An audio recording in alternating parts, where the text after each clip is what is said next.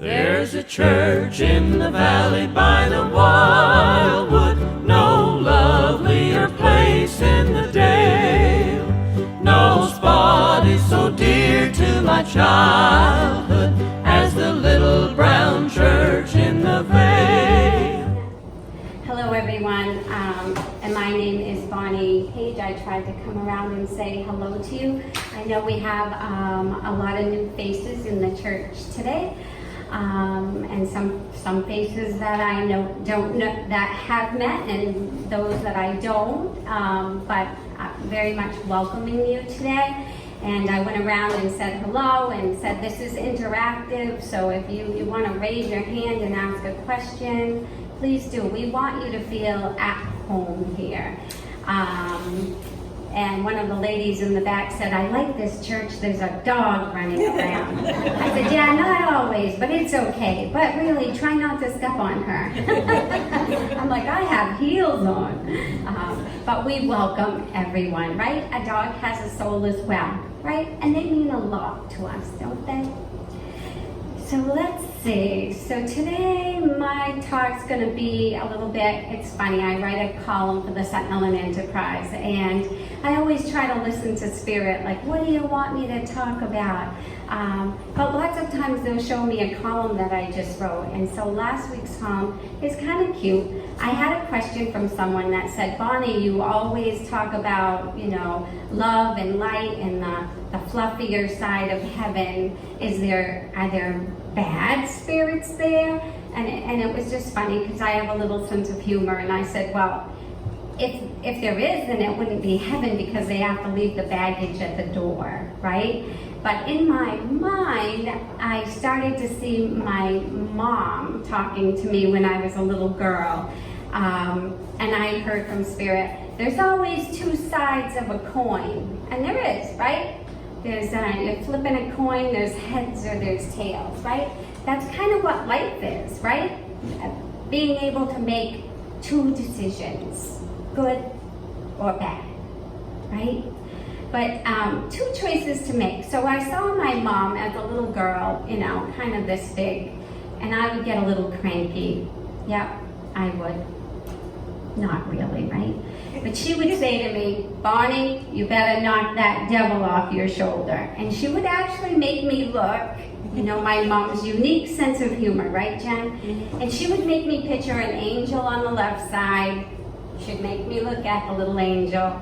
Then she'd make me look over here, and I'd always picture a cute little devil, because we don't want to picture a yucky little devil. But he was there, and she said, Bonnie, you better knock that devil off your shoulder right now. And of course, I thought that was funny, so it knocked the crankiness right out of me. But as I was writing this column, I could see her saying that to me. And she would actually make me take my hand and go, boop, oh good, now he's gone.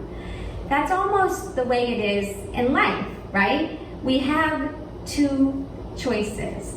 And we're human, so we're not perfect. I don't find myself being perfect. But there are two choices, to go with the light or maybe not such a great choice for yourself. So we have God's free will. And I tell people this all the time because people will say to me, why does God let that happen, Bonnie?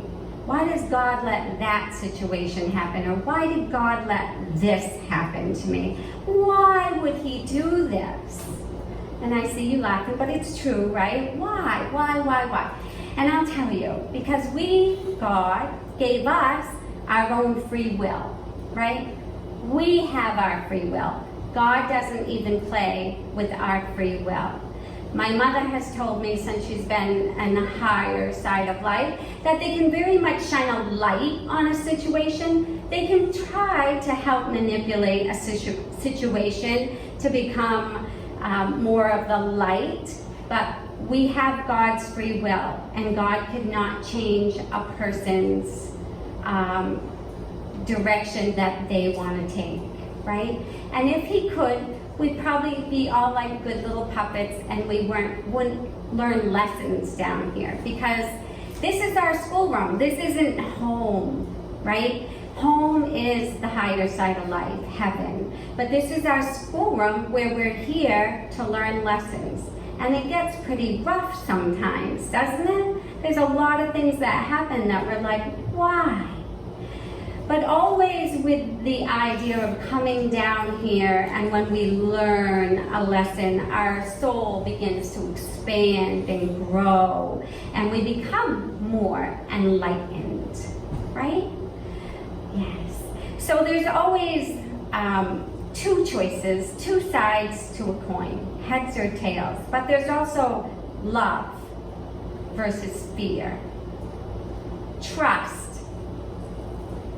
versus worry, peacefulness for being afraid, glory, shame, truth, falsehood, light, darkness.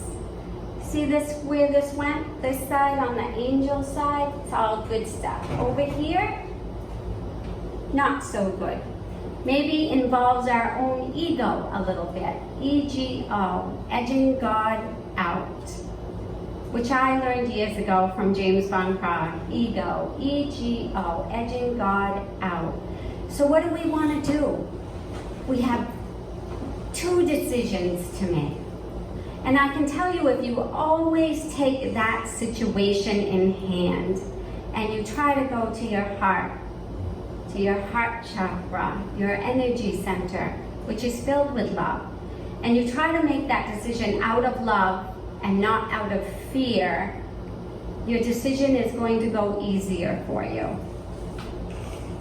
So let me ask you all, how many opportunities have you missed out on from going from a place of fear and not just going to your heart from a place of love?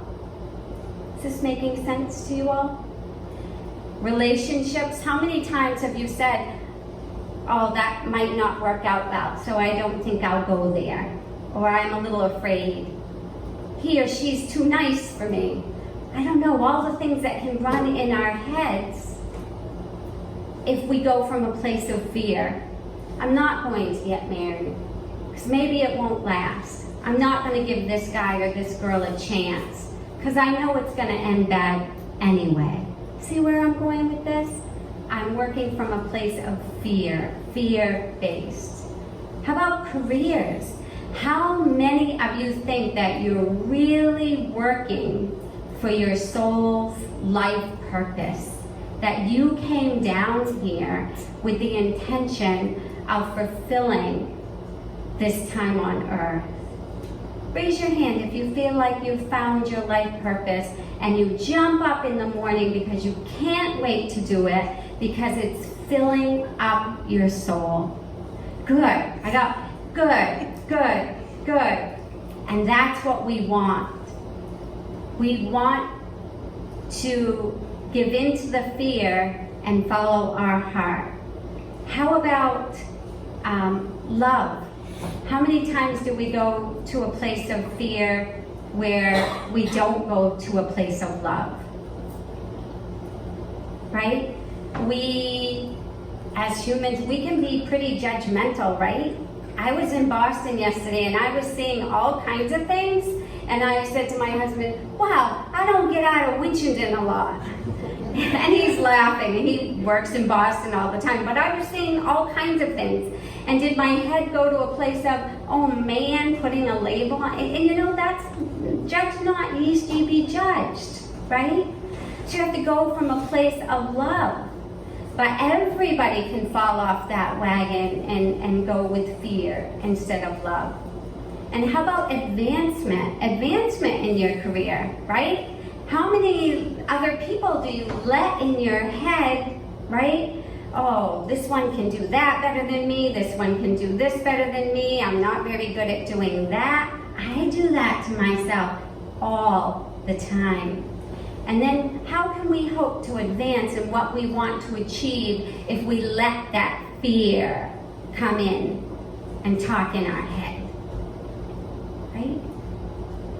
finding your purpose. Always going with the angel and the love, finding your purpose. Because every one of you have come down this time to fulfill their life soul purpose. And it usually is when you're helping others. It usually involves helping others. Okay?